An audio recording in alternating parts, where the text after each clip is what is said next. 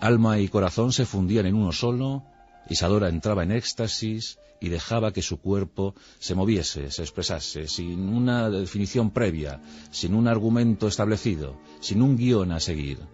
Dejaba simplemente que el cuerpo fluyese, que la materia se moviese por la sala, por la estancia, y que eso enamorase a los visitantes, a los que se acercaban a ver a aquella diosa pagana. Isadora Duncan adquirió fama, merecidísima fama, de inmediato por toda Europa, y comenzó a viajar. Francia, Italia, Alemania, Rusia. Todos querían ver a la nueva diosa de la escena. Todos querían saber cómo bailaba Isadora Duncan. Nunca había pues un previo, nunca había una regla establecida o dictada por ella.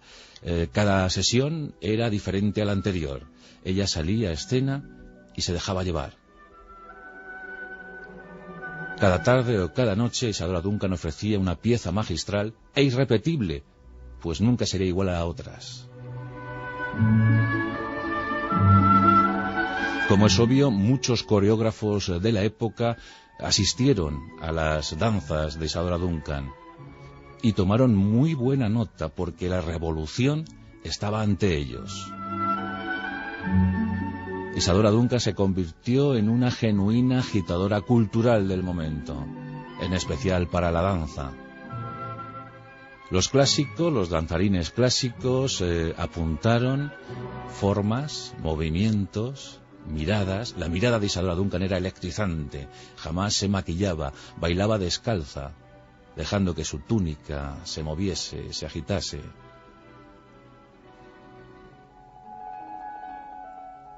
El aire se podía cortar, la gente asistía perpleja a esa sesión de cultura sin igual. Se musitaban palabras, pero de admiración, en otras ocasiones de crítica. Desde luego no era nada conformista Isadora Duncan. Levantó academias por buena parte del continente, en ciudades como París, Roma, San Petersburgo. Pero igual que la fortuna sonreía a Isadora en aquellos años, también la desgracia comenzó a acompañarla de una manera demasiado frecuente, tanto que en esa leyenda negra que acompañó a la bailarina norteamericana siempre se dijo, se afirmó, que todo lo que Isadora Duncan amaba fatalmente se destruía. Era atea, no creía en Dios. Curiosamente, esta viva imagen de una diosa pagana, de una diosa griega, no creía en una deidad superior. Creía, en cambio, en el libre pensamiento, en el amor también libre, y tuvo numerosas relaciones. Una de ellas con Gordon Crane, con el famoso escenógrafo, con el que tuvo a su primera hija. Después se enamoró de un magnate, Paris Singer, el gran multimillonario, gracias a las máquinas de coser, Singer. Bueno, pues con Singer, Isadora tuvo a su hijo. 2 hijos que desgraciadamente murieron en un único accidente. Sumergido su coche, fue un accidente de tráfico.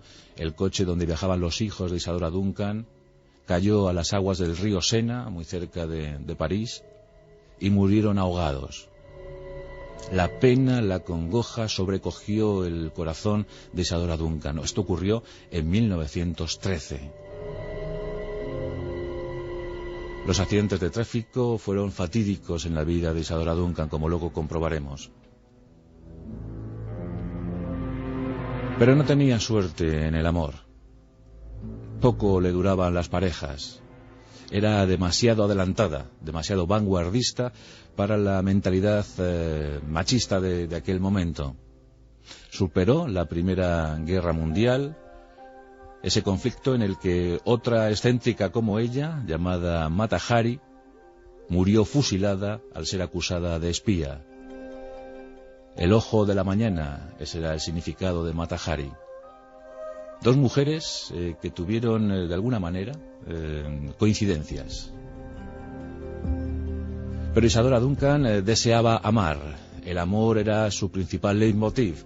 Y se enamoró de un poeta ruso, claro, Sergei Yesenin, un comunista convencido que en principio planteó una pasión irrefrenable hacia Isadora Duncan, pero que ésta enseguida se cansó demasiado pronto. A las 3 semanas se divorciaron. Se habían casado en 1921. El comunismo exacerbado de Sergei pues alarmó a Isadora Duncan y le abandonó a las 3 semanas. El propio Esenin, el celebrado poeta, acabó quitándose la vida en 1925, después del fallecimiento de Lenin, la llegada al poder de Stalin. Esenin quedó muy escarmentado de ese comunismo que tanto había defendido y terminó por suicidarse. No pudo soportar más tiempo la situación de su país. Otro que sucumbió de manera trágica y que había cruzado su destino al de Isadora Duncan en algún momento. Isadora se hacía mayor. Su cuerpo ya no respondía a los efluvios que anteriormente tanto éxito le habían dado. Nunca fue rica, nunca quiso serlo. En 1926 publicaba su autobiografía con el título Mi vida. Aún llegaría otra obra póstuma en este caso, al poco de fallecer Isadora, El arte de la danza, un libro, un manual imprescindible en aquel tiempo y ahora también, para entender los nuevos conceptos de danza. La danza interpretativa, esa fue la gran aportación de Isadora Duncan. Crear, dejarse llevar, la intuición, la disciplina, pero que el cuerpo, que la materia, que la energía fluyera libremente para que el cuerpo alcanzase su máxima dimensión. Esa fue la gran innovación que trajo Isadora Duncan. Su muerte fue muy trágica. Nos encontramos en el 14 de septiembre de 1927. Isadora Duncan tiene 49 años de edad y se encuentra en Niza, paseando por esos territorios tan bellos de la costa francesa. Ella llevaba ese día una estola o una especie de bufanda de seda larguísima, era de vestir siempre muy variado, muy original, siempre a la moda. Isadora Duncan, aunque no tuviese muchos recursos económicos, sacaba partido a lo poco, mucho que pudiera tener en ese momento. Y bueno, como digo, tenía una bufanda de seda larguísima. Ella fue a subió a su coche descapotable con tan mala fortuna que esa bufanda de seda quedó engarzada con los radios de la rueda de aquel coche descapotable. Cuando éste se puso en movimiento, esa misma bufanda ahogó, estranguló el cuello de Isadora Duncan.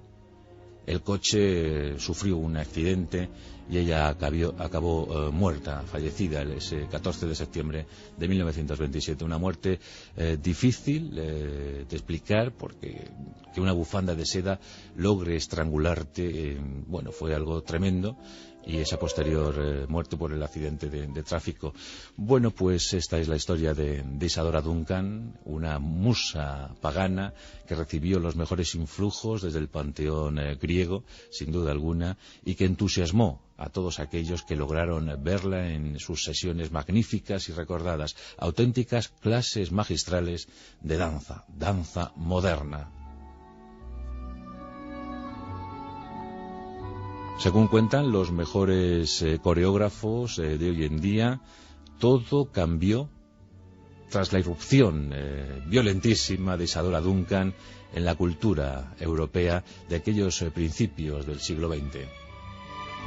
Y por eso, como mujer intrépida, como mujer original, como aquella que logró mover el mundo que le tocó en suerte, hoy rendimos homenaje a la díscola, a la maravillosa, a la grande, entre las grandes, Isadora Duncan.